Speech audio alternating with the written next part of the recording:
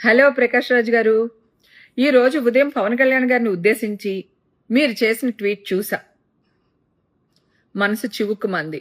పవన్ కళ్యాణ్ గారిని దొర అని సంబోధించడం వెనక మీ వెటకారం అర్థమవుతుంది. తెలంగాణ ప్రాంతంలో దొర అనే పదాన్ని ఏ ఉద్దేశంతో వాడతారో మీకు తెలియంది కాదు. పవన్ కళ్యాణ్ గారిని రాజకీయంగా విమర్శించండి, తప్పులేదు. కూటమి ప్రభుత్వం విధానాల్ని, జనసేన నిర్ణయాల్ని కూడా విమర్శించండి, తప్పులేదు. కానీ వ్యక్తిగత హననం చేయడానికి ప్రయత్నించకండి ప్లీజ్. పవన్ కళ్యాణ్ గారి ఎత్వత్వం ఏంటో మీకు తెలుసో లేదో కానీ కోట్లాది మంది ప్రజలకి తెలుసు. మీరు చదవరి కదా. గతంలో ఈ తరహా విమర్శలు చేసిన వాళ్ళు ఏమైపోయారో చరిత్రలో చదవండి, మీకే అర్థమవుతుంది. హలో ప్రకాష్ రాజ్ గారు. ఈరోజు ఉదయం పవన్ కళ్యాణ్ గారిని ఉద్దేశించి మీరు చేసిన ట్వీట్ చూసా. మనసు చివుక్కుమంది.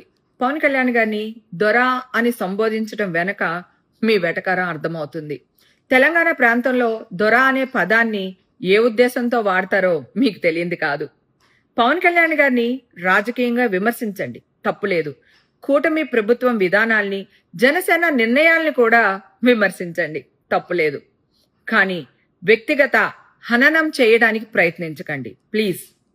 పవన్ కళ్యాణ్ గారి ఎత్వత్వం ఏంటో మీకు తెలుసో లేదో కానీ కోట్లాది మంది ప్రజలకి తెలుసు. మీరు చదవరి కదా. గతంలో ఈ తరహా విమర్శలు చేసిన వాళ్ళు ఏమైపోయారో చరిత్రలో చదవండి, మీకే అర్థమవుతుంది.